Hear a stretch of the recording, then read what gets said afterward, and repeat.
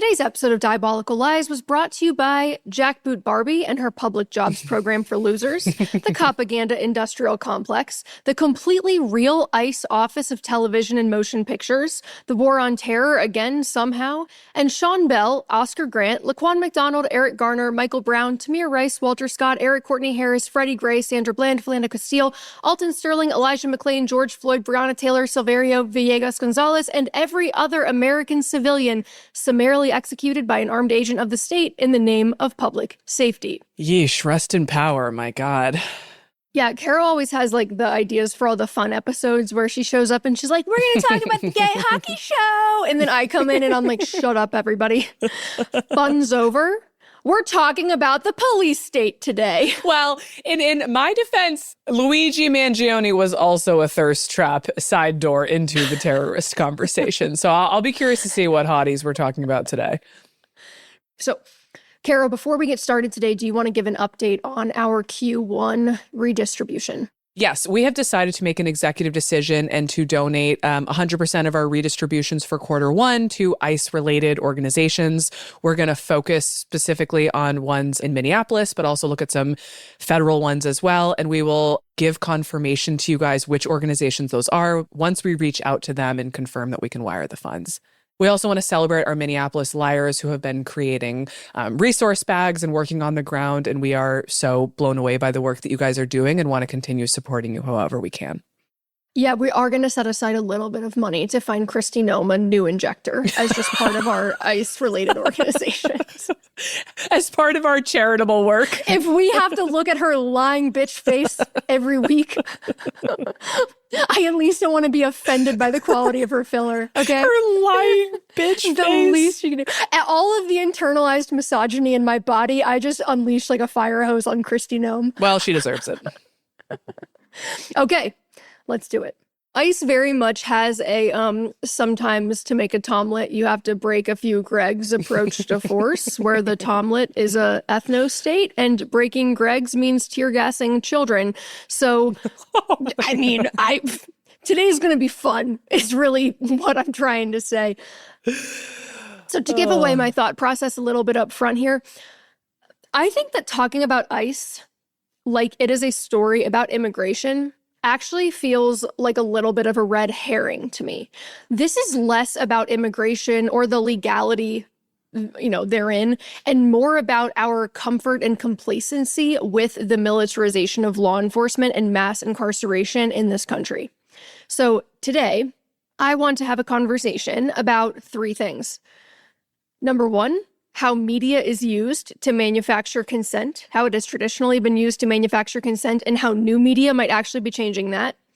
Number two, where individual identity does and does not matter when it comes to state violence. Number three, what public safety and order really mean and what these concepts are used to justify. And I lied, there is a fourth thing. It's how we can contextualize what we are experiencing now as just another chapter in the same story that's been unfolding for the last 250 odd years. I feel like making a list and then saying, I lied, there is a fourth thing is like a motto for this podcast.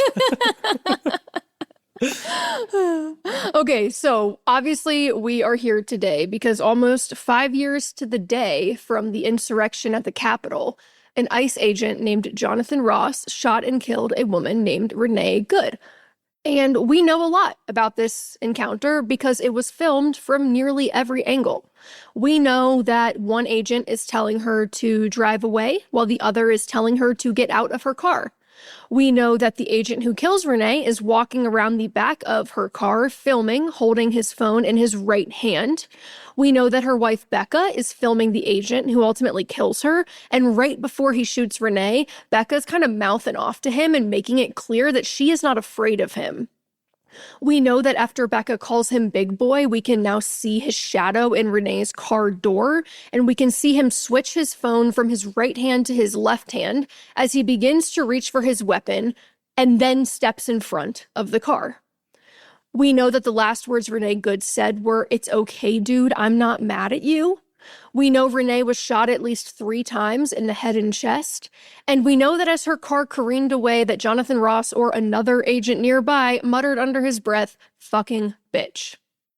There was a lot that felt familiar to me about this video. It felt like so many videos of this nature that I have seen before, in which you are airdropped into the middle of an already tense situation where usually several officers, often acting aggressively, are descending upon a single individual. And there is an immediate sense of foreboding because you know that you are about to witness something horrifying. There's usually yelling, there's usually authoritative sounding orders being barked, sometimes contradictory. And before long, you either hear or see gunshots, or you see someone getting their neck kneeled on, or their face pressed into the pavement, to the sound of onlookers screaming. But there was something very different about this video than most of the videos of this nature that we see. Do you know what that is? Renee Good is a white woman? That's right. The person being killed in these types of viral law enforcement murders are usually Black men. And of course, this happened in Minneapolis, about a mile from where George Floyd was murdered by police in 2020. So, after this happens, of course, our fearless leaders, they're shocked, they're horrified, they condemn this agent immediately. They pledge to investigate the killer who called his victim a fucking bitch after shooting her on film. Oh, sorry, wait, no. No, they did what law enforcement often does when it kills somebody, which is promptly criminalizes the victim and then lies about the circumstances.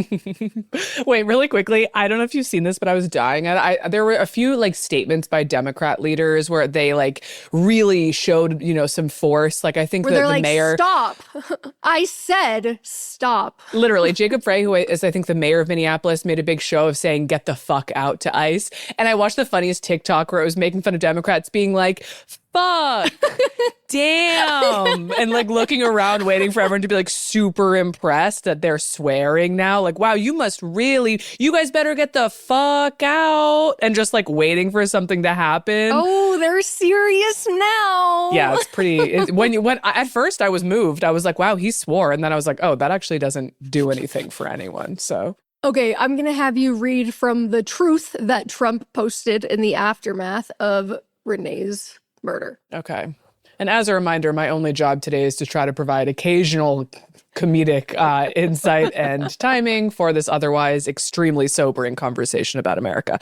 It's very clever what he did with Truth Social, that he's posting truths. Trump truths. That's so Yeah. perfect for a conspiracy theorist. We don't talk about that enough. The man's got vision. Okay, this is a truth that he posted. The reason these incidents are happening is because the radical left is threatening, assaulting, and targeting our law enforcement officers and ICE agents on a daily basis. They are just trying to do the job of making America safe, all caps. We need to stand by and protect our law enforcement officers from this radical left movement of violence and hate. All of those letters were capitalized as well. I love the title case. It's amazing. If Jonathan Ross could read, he would have loved that truth. So in the press conference following Good's murder, the clown show continues. Noem said, and again, this is her comment on the murder of a U.S. citizen, right? That, quote, Kristi Noem? Yeah. Anyone who is a citizen of this country or is here legally has nothing to fear. Okay? In her statement about the dead U.S. citizen, she says, U.S. citizens have nothing to fear. Kavanaugh said something very similar last year when the Supreme Court ruled that immigration agents in LA were allowed to use race as a consideration during sweeps that, quote, if the officers learn that the individual they stopped is a U.S. citizen or otherwise lawfully in the United States, they promptly let the individual go. Oh, well. This is not true. We are going to talk about specific examples today, but there is one in particular that I want to highlight. The case of Leonardo Garcia Venegas, who was working at a construction site in Alabama and had two experiences with ICE. The first was violent. He was thrown to the ground. And then the second time he encountered them, it was just more of a chit chat in a construction site that he was working on. But both times he supplied his government issued real ID to be like, here's my Alabama ID. And both times they were like, seems fake. He was detained 4 days, both times. Now, the government is, of course, not tracking how often immigration agents detain American citizens, because why would they? But ProPublica's reporting has kept track. They found 170 instances in the first 9 months, which means on average, an American citizen is being illegally detained every 36 hours. And we have to assume that those are low numbers. Right. That's just the ones we know about. So far, this includes 20 children, 2 of whom had cancer. 4 were held for weeks with their undocumented mother and without access to an attorney until their own congresswoman intervened on their behalf. So it is simply a fantasy that your legal status in this country matters at all right now to these agents or to the immigration system writ large. Yeah. Good wasn't the first U.S. citizen shot by ICE under extremely egregious circumstances. If you will, please read. When CBP agents shot Marimar Martinez, a 30-year-old school teacher and U.S. citizen, also in Chicago, they labeled her a domestic terrorist and charged her with ramming a federal law enforcement officer. We know now that the agent, Charles Exum, rammed her vehicle, jumped out with his gun drawn, and said, "Do something, bitch," before shooting her 5 times. The DHS lies were so egregious, and Exum didn't help their case by bragging about it in text messages, that the prosecution had no choice but to drop all the charges. Okay, I just want to pause here and say there is very obvious misogyny taking place, but our little fourth wall break, I am working on an episode right now about the tragedy of heterosexuality. And it's really interesting, after all the reading I've been doing over the last few days, to see this in full force. So just like think about that. And it'll be interesting to have this conversation, then have our next one and see how all of these forces work together. It's genuinely fucking horrifying that these officers, and can I also just say, this is an aside, but you and I get flack for swearing on this podcast because we are women. I want to say that very explicitly. I was thinking about that. We got a comment from someone being like, "They're interesting but vulgar, blah, blah, blah." Scott Galloway swears all the time. Shut the fuck up. We have ICE officers routinely calling people fucking bitches, and no one thinks that this is indicative. I mean, besides obviously like people like us, there is an entire portion of this country that thinks that that is entirely appropriate for a law enforcement officer to say. JD Vance is like, well, they have trauma, but they have trauma. Exactly. It's really, really crazy the way that we allow this and the way that we normalize it. Carry on, Katie. There are a lot of angles that we could have taken with this conversation. There's obviously misogyny. There's obviously homophobia. And we're going to get into that a little bit. But again, I think that is where, when we get into the identity conversation here of like where identity matters and doesn't matter when we're talking about state violence, I think we can flesh that out a little bit more. And so when it comes to these specific examples, I mean, we could do this all day. I read countless articles about this across all sorts of media, and I can basically boil down the 2 sides as follows. The argument on the right is this is only happening because civilians are being disorderly and are attacking our agents. And on the liberal side, there are, of course, calls to prosecute Ross in particular, but the broader argument is this is happening because the agents aren't trained well enough to follow the law. They're not following the law. So I want to just address both of these high-level arguments before we really get into the meat of today. To address the training and following the law side of the argument that we're going to spend more time on shortly, there are 2 important pieces of framing for this conversation that we should just cover now. Number 1, even before all this ICE shit started, the number of people killed by police in the U.S. every year has risen since George Floyd was murdered. We have not been moving in the right direction. Everyone's like, we haven't sent the ICE officers to the IDF yet. They haven't gotten their training. They need their training. They need to go to Gaza and get trained.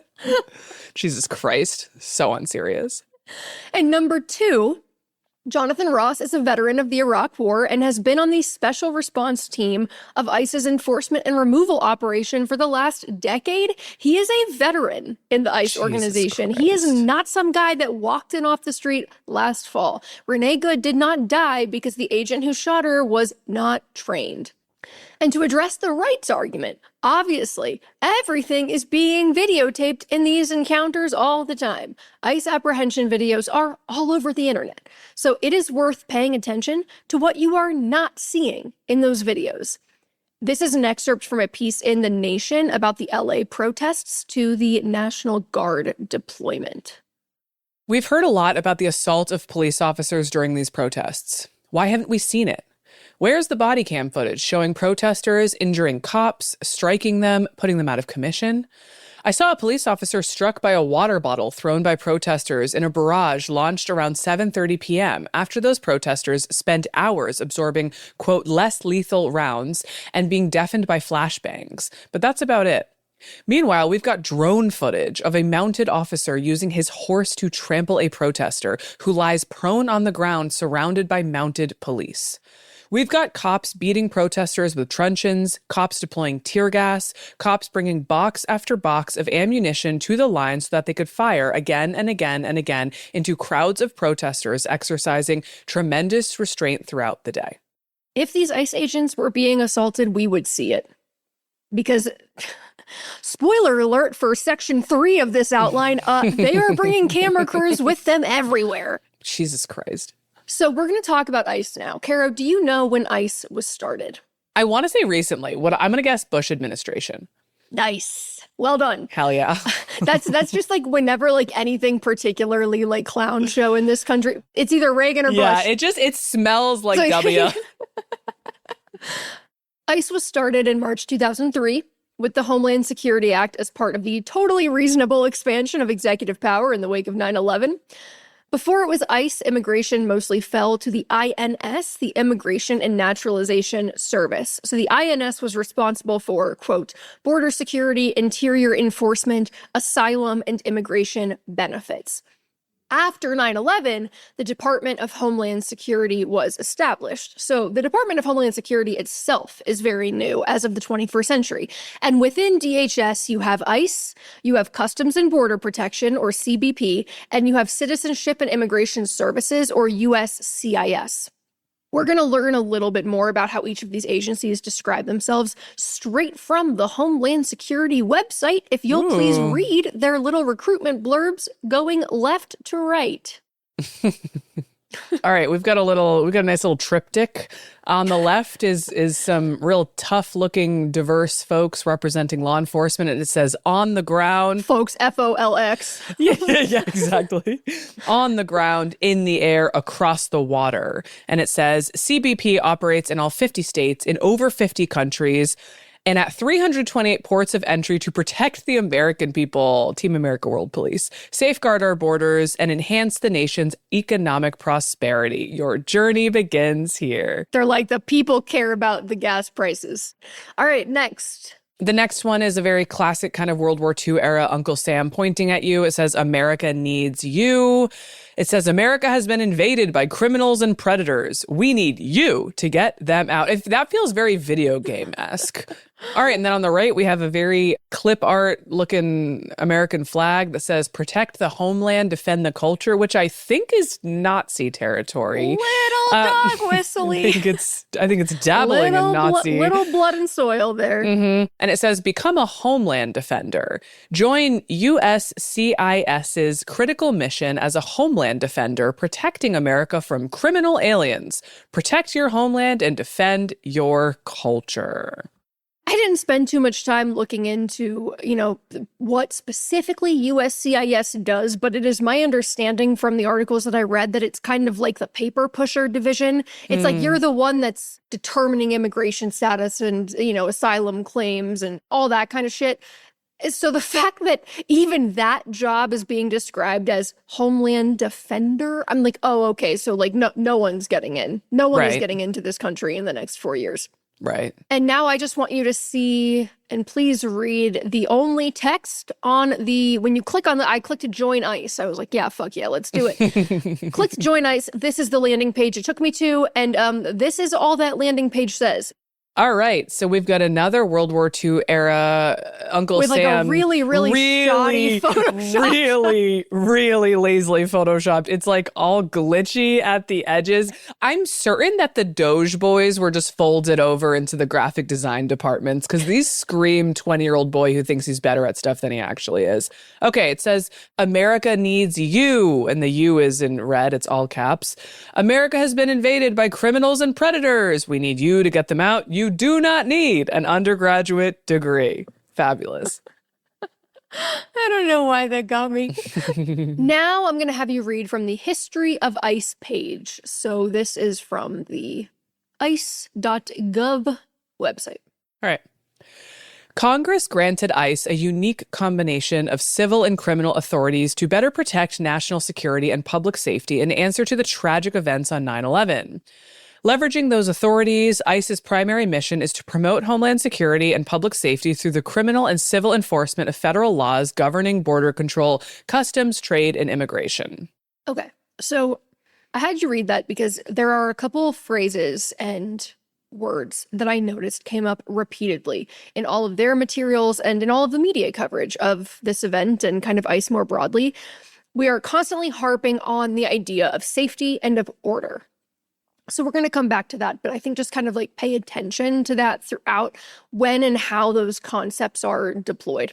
So something that experts have pointed out about these agencies is that because of how they were started as like a reaction to a terrorist attack, and then how quickly they expanded, there have always been issues with these agencies. For example, the last time that there was a big surge of Customs and Border Protection agents, an agent was on average arrested for something, whether it was domestic violence or corruption or something else, every 24 hours for 7 years. Wow. The ACLU described Border Protection's treatment of people, including children, as, quote, monstrous during the Obama years.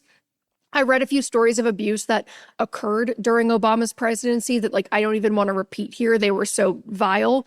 Even by 2017, so a decade after that Customs and Border Protection hiring surge happened, the agency was still seeing an agent or officer arrested on average every 36 hours. Well, you also have an entire agency that's founded on a lie. Like when you think about the Iraq War, and I think it's now well-trodden territory that this was all bullshit, but I'm just imagining what it would be like to be behind the curtain and to be working in those agencies, and you're dealing with officials giving you conflicting information all the time. You're dealing with them constantly iterating on their own story. Like the entire notion of it is based in Islamophobia and greed. And so I can imagine, and I'm sure a lot of our agencies are also, I mean, the police state is like founded in the Confederacy, I'm pretty sure. So like a lot of this stuff always goes back to its founding. But when you think about 9/11, it's like, yeah, no shit, it was a disaster from the jump. That was a disastrous foreign policy moment for us. Mm-hmm. Then obviously a lot of Americans died and millions of Iraqis died. Mm-hmm. So tragedy all around. There was also a rapid expansion of ICE during Obama's presidency, up to 21,000 agents. And this is when the hiring standards, if they could ever be classified as good, really began deteriorating. Did Obama ever answer to this? You tell me. Have you heard anything about? I'll DM him on Instagram. I'll see if he has any report for us. There's always that quote that's like, Donald Rumsfeld died in his bed. It's like, these men never answer for any of this. There is never accountability. There are never consequences. Yeah. But Obama is also the president who appointed Tom Homan as associate director of ICE. On the campaign trail in 2024, Harris promised to hire thousands more border agents. In 2018, she pushed back against calls to abolish ICE. She claimed that it had a, quote, purpose, a role, and should exist. Gavin Newsom just reiterated his support for ICE in a podcast interview with Ben Shapiro. He was like, we work with ICE. We get rid of criminals all the time. So he's taken the Kamala Harris approach to the presidential campaign. Good. Well, we all know how that worked last time. I'm just imagining Gavin Newsom, like with Oprah, pulling out the gun and being like, I am a gun owner, and just like doing it to a T. Anyways, this is really satisfying to think about. Gavin's little pink Glock. So I tell you this to say that both parties are reflexively pro-law enforcement. They're not the same. I mean, like any reasonable person can say that, like, yeah, Trump's approach is worse, but there is no opposition party to ICE in the United States or like to forces like them. But in the last year, ICE's size has doubled from about 10,000 agents to more than 22,000. Wow. That is unbelievably fast. To more than double the force in a year, a lot of people pointed to that speed alone and said there are going to be problems Yeah. And, you know, like one indication that I think there's never been any intent to follow due process here is that with this much expansion on the agent side and an intention to ramp up arrests, you would expect to see a commensurate surge of new immigration judges too. But we haven't seen that. And now it's not a stretch to say that they are just arming random people. So one journalist who went undercover to get a job with ICE wrote a story for Slate about just how shoddy the hiring process was. Many of ICE's critics worry that the agency is hoovering up pro-Trump thugs, January 6 insurrectionists, white nationalists, etc., for a domestic security force loyal to the president. The truth, my experience suggests, is perhaps even scarier. ICE's recruitment push is so sloppy that the administration effectively has no idea who's joining the agency's ranks. We are all collectively in the dark about whom the state is arming, tasking with the most sensitive of law enforcement work, and then sending into America's streets. She also had a little passage about the demographics of the agency now and the type of people who she encountered while she was going through that very brief recruitment process, which were often people who were ex-military, which I find just not surprising, but still noteworthy if you can read this. The agent then told me a bit about his own background. Like me, he enlisted straight out of high school, then got out and vowed to get as far away from the violence of the military as possible. Like a lot of veterans, he had trouble assimilating into the civilian world. After about 6 months, I was like, these people aren't like me. I want to be around like-minded people, he said. He found his way into law enforcement. That was well over a decade ago. He's on his way to a very comfortable retirement, and he enjoys the work. I like that instant gratification of, hey, that guy committed this crime, these X, Y, and Z, and he's not even supposed to be here, he said. Great. Okay. He's like, I like being judge, jury, and executioner of the American people. It makes me feel good. Makes me feel powerful. It is noteworthy to me that America's foreign policy and the way in which we essentially recruit people straight out of high school, like this kid who probably had very few other options. We send them to these violent and horrifying and often ill-defined jobs overseas. Then they come back.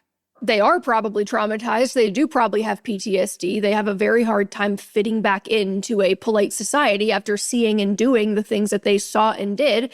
Right. And law enforcement hoovers them up. It becomes like a way to manage that population. So we're going to talk a little bit more about that too, and kind of the function that it really serves.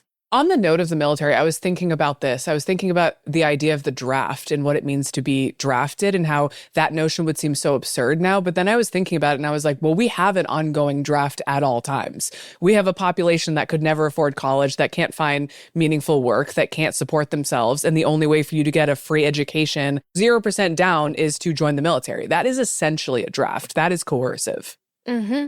So it's obvious that ICE is essentially an unaccountable group of roving random masked people with guns and bulletproof vests who are emboldened to do basically whatever the fuck they want. And this is an extremely concerning situation, right? This is a situation that I think we would all agree warrants some public outrage and some outcry, right?